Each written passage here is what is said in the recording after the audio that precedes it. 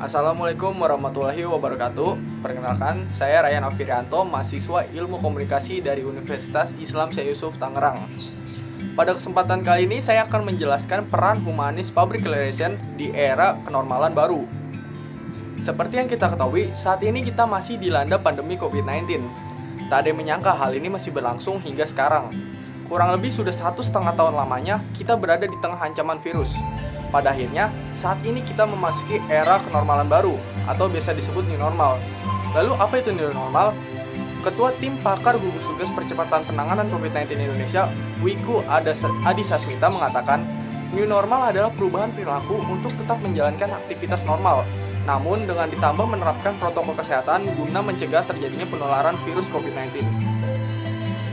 Sejak pandemi mulai mewabah di Indonesia, berbagai sektor kehidupan terkena dampaknya, salah satunya sektor perekonomian dan bisnis, mulai dari usaha mikro kecil menengah atau UMKM hingga perusahaan-perusahaan besar. Masalah yang ditimbulkan dari pandemi ini pun cukup beragam, mulai dari berkurangnya laba hingga berujung pada pengurangan karyawan. Di era new normal ini, semua pelaku usaha dan bisnis mau tidak mau dipaksa untuk beradaptasi agar bisa terus bertahan. Salah satu yang berperan penting di situasi seperti ini adalah public relation. Public relation atau PR adalah seorang yang berperan sebagai komunikator dari perusahaan. Melalui komunikasi, PR berperan untuk membangun citra perusahaan dan menjalin hubungan dengan komunitas di lingkungan perusahaan, baik internal maupun eksternal. Lalu, mengapa PR memiliki peranan penting terhadap perusahaan di era pandemi seperti ini? Dalam konteks kehumasan atau PR, pandemi ini dapat dikatakan sebagai krisis yang dialami perusahaan dan harus dikelola dengan baik. Dalam menghadapi hal ini, praktisi PR dituntut untuk bisa mengelola dan memanage krisis tersebut. Di situasi pandemi seperti ini, dibutuhkan sikap kreatif dan inovatif yang ekstra untuk bisa beradaptasi di era new normal dan menentukan langkah-langkah yang dilakukan agar krisis ini bisa segera diselesaikan. Lalu, langkah apa saja yang bisa dilakukan?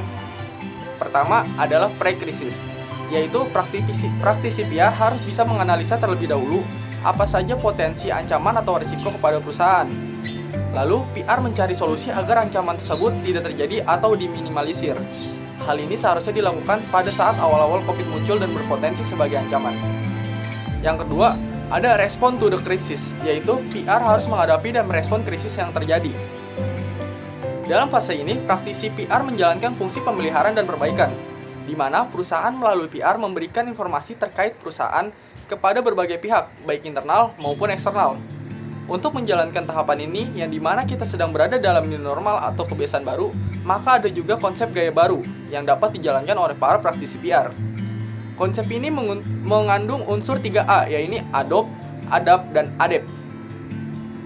Adopt adalah PR harus dapat mengadopsi atau menggunakan teknologi yang ada sesuai dengan perkembangan zaman. PR harus mampu menyampaikan pesan informasi dengan menggunakan media digital yang tepat dan mutakhir.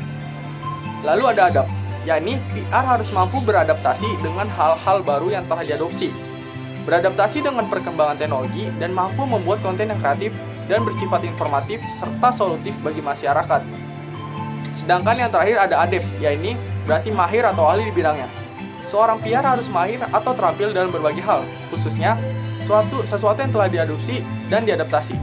Untuk itu, seorang PR harus tetap mau belajar hal-hal baru, sehingga akan terus memperkaya pengetahuan dan keterampilannya. Untuk menjalankan proses respon to the crisis ini, bisa dimulai dari komunikasi ke dalam perusahaan terlebih dahulu. PR harus bisa menjembatani komunikasi antar petinggi perusahaan dengan karyawan perusahaan, maupun sebaliknya. Hal ini dilakukan untuk meyakinkan bahwa mereka harus bisa bersatu untuk menghadapi krisis ini bersama-sama. Selain itu, aspirasi antara atasan dan bawahan harus disalurkan agar saling mengerti dan tidak menimbulkan kesalahpahaman. Dalam komunikasi tersebut, PR juga harus mengedukasi kepada seluruh komponen perusahaan terkait cara menghadapi pandemi COVID-19, seperti mengedukasi protokol kesehatan dan lain-lain. Selanjutnya, PR memberi informasi berupa pesan-pesan positif kepada stakeholder dan pihak lain yang memiliki kepentingan dalam perusahaan. PR juga harus mempublikasikan kegiatan dan perkembangan perusahaan melalui media relation. Namun, karena sedang di dalam era new normal, kita juga menggunakan gaya baru tadi. Biasanya PR melakukan konferensi pers untuk berjumpa dan menyampaikan informasi dengan wartawan. Namun untuk saat ini, hal tersebut diganti melalui daring untuk mencegah terjadinya penularan virus. Selain itu, walau sedang diterpa krisis, perusahaan juga harus membantu komunitas yang ada di sekitarnya. PR bisa membuat program bantuan yang ditujukan untuk membantu masyarakat dan pemerintah. Misalnya, menyalurkan obat-obatan, masker, dan keperluan medis lainnya yang dibutuhkan di tengah pandemi seperti ini. Hal ini penting dilakukan karena selain bentuk peduli dan kontribusi untuk masyarakat, hal ini juga meningkatkan rasa percaya dari masyarakat dan pemerintah itu sendiri kepada perusahaan. Selain itu, hal ini juga bisa membangun citra positif bagi perusahaan. Selanjutnya, langkah yang terakhir itu post-krisis, yakni berada ketika krisis ini sudah berakhir. PR mengevaluasi langkah yang sudah dilakukan ketika krisis dan memastikan bahwa langkah itu efektif atau tidak.